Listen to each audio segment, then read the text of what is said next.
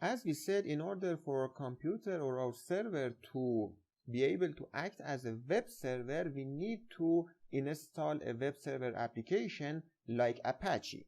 So in here, before we install the Apache to make this computer to be able to act as a web server, I just want to make sure if Apache is already installed or not. So I just say Apache 2 and -v or -- version. If I hit enter, you see that we have Apache 2 installed on this system. So in Debian 10, by default, Apache 2 has been installed so that you wouldn't have to install it again. So in here, if we go change the directory to var www and then html and hit enter and we type ls, you see that we have some files. So when Apache is installed on a Linux system, it would cause a certain directory to be browsable by the browser. What it means is that all the files in here, from now on, every file in the directory of var www and html are accessible using the browser.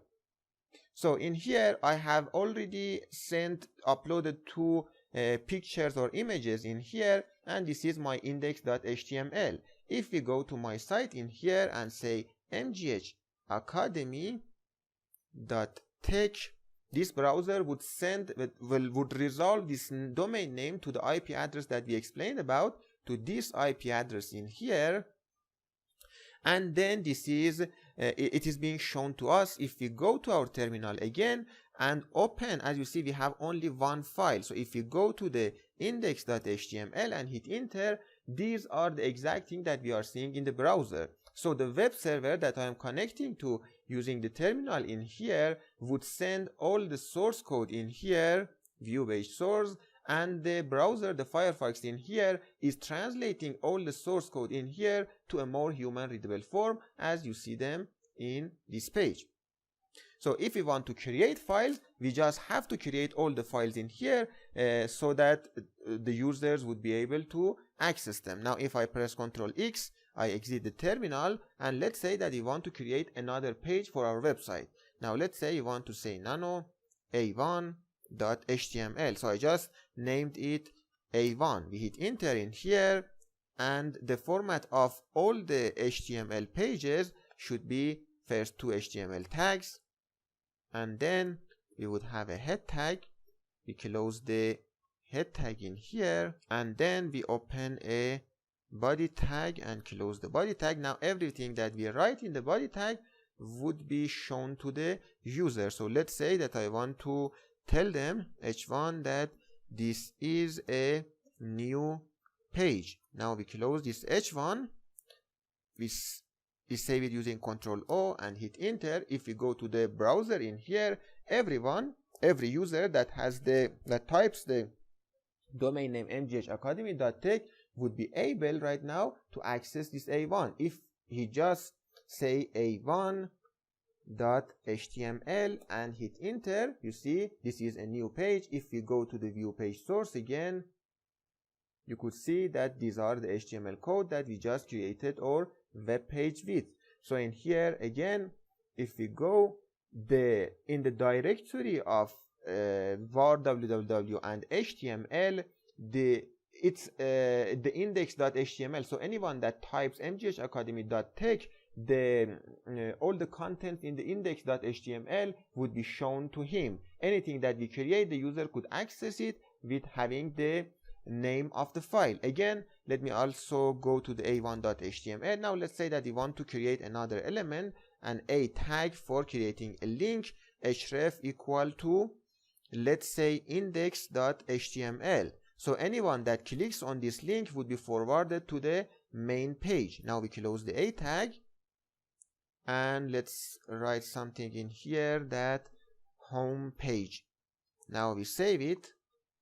Again, we just refresh this page. You see now we have, this is a new page and also home page, which is because of the a tag in here. Now if the user clicks on this home page, you see that he is directed or forwarded to the main page, which is index.html. Other than connecting to the server using the PuTTY, we could also connect to it using Linux operating system. So if you notice, it says that if you have Mac OS, Linux, or Windows 10, you don't need to download anything. You just type SSH root and then the IP address of our system. I have also installed Linux virtually on the VirtualBox. So in here, if I go, this is my Kali Linux. If I open a terminal, I could just say SSH.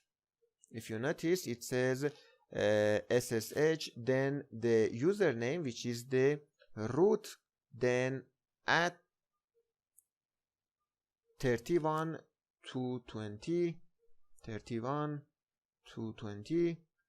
then we have 51 and 3, which is the IP address 51.3. Now if we hit enter, after some time it says just tell us the password that you have. Now I type my password in here. Again, you can see it, and if we hit enter, as you see, now I have been connected to my remote server. Again, if I type ls, I wouldn't see anything. If I go to var, again, let me just yes, if I go change the directory to cd var www and then html and hit enter and type ls, as you see, these are the files that we have created. If I press Ctrl Shift and T and in here I type ls, this is something else. What you see in here is all the files in my Kali Linux in here, while all the files that you see in here are the files or everything that you see in here. This is actually the terminal of my remote server. So these two terminals are two completely separate systems. So right now we have a website. Our server is acting as a web server. Now after this, we need to install MySQL to create our database tools to organize the data related to all the users.